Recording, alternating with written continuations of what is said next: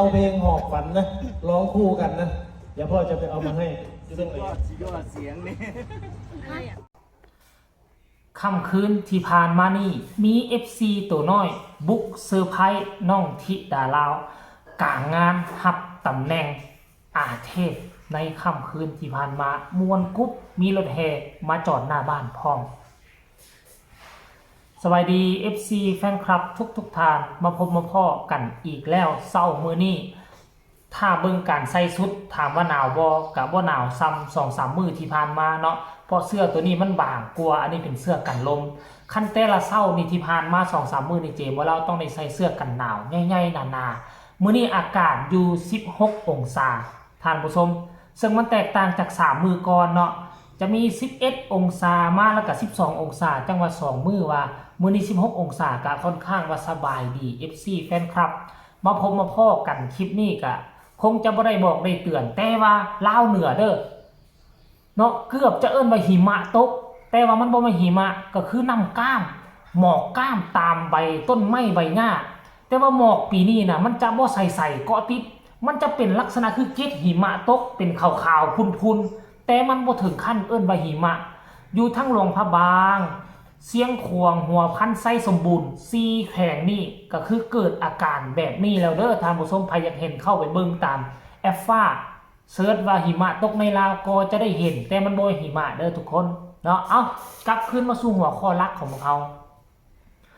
มื้อวานนี้เนาะน้องที่ดาลาวก็พอผู้ศรีวิไลกับพากันเดินสายไปร่ำถวายเสียงสร้างบุญสร้างกุศลเอาไว้เนาะ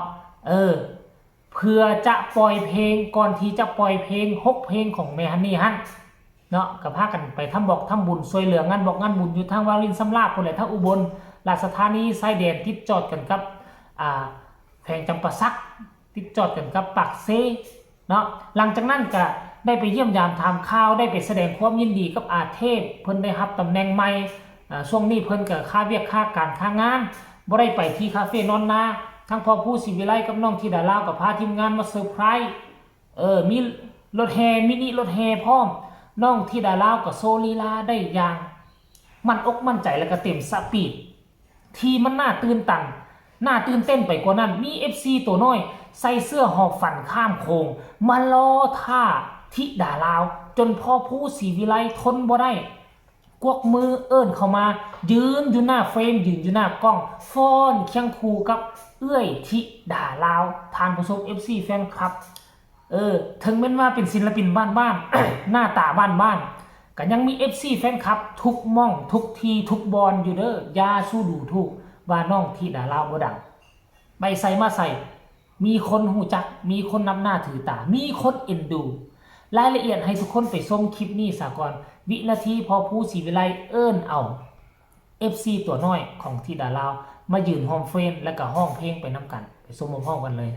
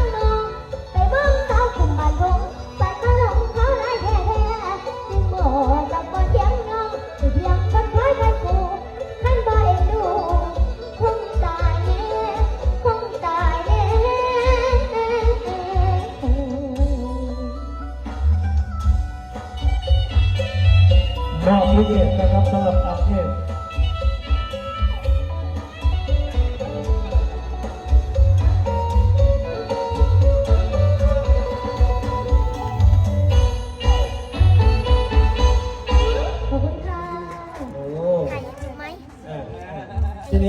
นี้เอาเพลงหอบฝันนะร้องคู่กันนะเดี๋ยวพ่อจะไปเอามาให้อยู่ตรงไหน สุดยอดเสียงนี่ เอาตับมือตรงไหน มันไม่ถ่ายข้างหลัง นะ มันไม่ถ่ายข้างหลัง เอากันหอบฝันข้ามโขงร้องคู่กัน หลายคนก็มองว่าหลายคนตั้งคำถามว่าจะอวยอย่างกันนักกันหนาเจบ่ลาวจะเว้าอหย่างยกย่อปอปั้นกันเกินเหตุมันบ่ได้ยกย่อปอปั้นเกินเหตุเจบ่ลาวบ่ได้อวยกันเกินเหตุคือเว้าตามเนื้อผ้าเว้าตามความจริงเฮามีหลักฐานยกมาให้เบิ่งเรียบร้อยแล้วมันมีคนมาหามันมีคนมาคอยท่ามันมีคนฮู้จักอีหลีเมื่อวานนี้ไปทางงานวัดงานวากะพ่อแม่ผู้เฒ่าผู้แก่นับตั้งแต่เด็กน้อยอายุประมาณ 4-5 ปีจนฮอดผู้เฒ่าอายุ 6-70 ปีขอกันลังไหลเข้ามาถ่ายรูปถ่ายหอยกับน้องธิดาลาวอันนี้ที่คือความจริงที่มันเกิดขึ้นกับชีวิตธิดาลาวเอาละบ่ต้องไปเปรียบเทียบใส่กับศิลปินคนอื่นเขาโด่งเขาดังเนาะจนได้ออกทีวีแต่น้องธิดาลาวก็โด่งดังในมุมมองในกลุ่มของเขาจะไปวัดไปว่าใดก็มีคนฮู้จักถามว่าเกือบทุกจังหวัดบ่ทุกแห่งบ่ทุกแห่งทุกจังหวัดบ่ว่าแต่ม่องใดที่น้องธิดาลาวไปต้องมีคนมาทักต้องมีคนมาขอถ่ายรูปต้องมีคนขอฮู้จักอันนี้แหละเขาเอิ้นว่าคนมีกระแสคนมีกระแสคันว่าดังก็เป็นดังน้อยนึงแต่ว่าพวกเฮาก็มีความภาคภูมิใจเนาะในกลุ่มของพวกเฮาฮู้ว่าเฮาดังในระดับใดเฮาควรอยู่ในระดับใดเฮาฮู้ตัวตนเฮาดีโดยเฉพาะคือพ่อครูศรีวิไลแล้วพวกเฮานี่เอามาเฮ็ดคลิปเฮ็ดข่าวนี่ก็บ่ได้ว่าสิเอามายกย่อปอปั้นกันเกินเหตุเกินจริงท่านผู้ชมเฮาอิงตามเนื้อผ้า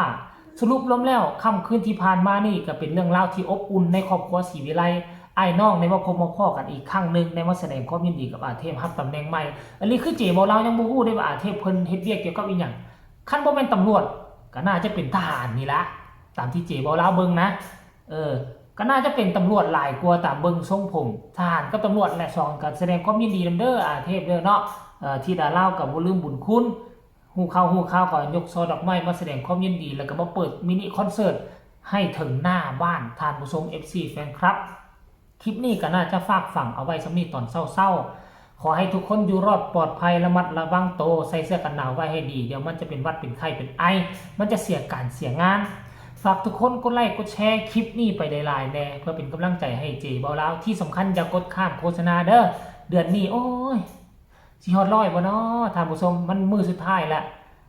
คันบ่ฮอด100ก็2เดือน100นึงก็ภาคภูมิใจเพราะได้เงินไปซื้อข้าวซื้อน้ำเป่านึงก็กุ้ม2เดือนเป่านึงก็600,000-700,000ท่านผู้ชมเนาะเอาก็หวังว่าทุกคนจำบ่ทิ่มบ่ปะบ่ไล่เจบ่ลาวคนนี้ไผมีคำตำหนิติชมคำคิดคำเห็นก็ส่งข่าวมาได้ทางใต้คอมเมนต์สำหรับคลิปนี้ลาท่านผู้ชมไปก่อนสบายดี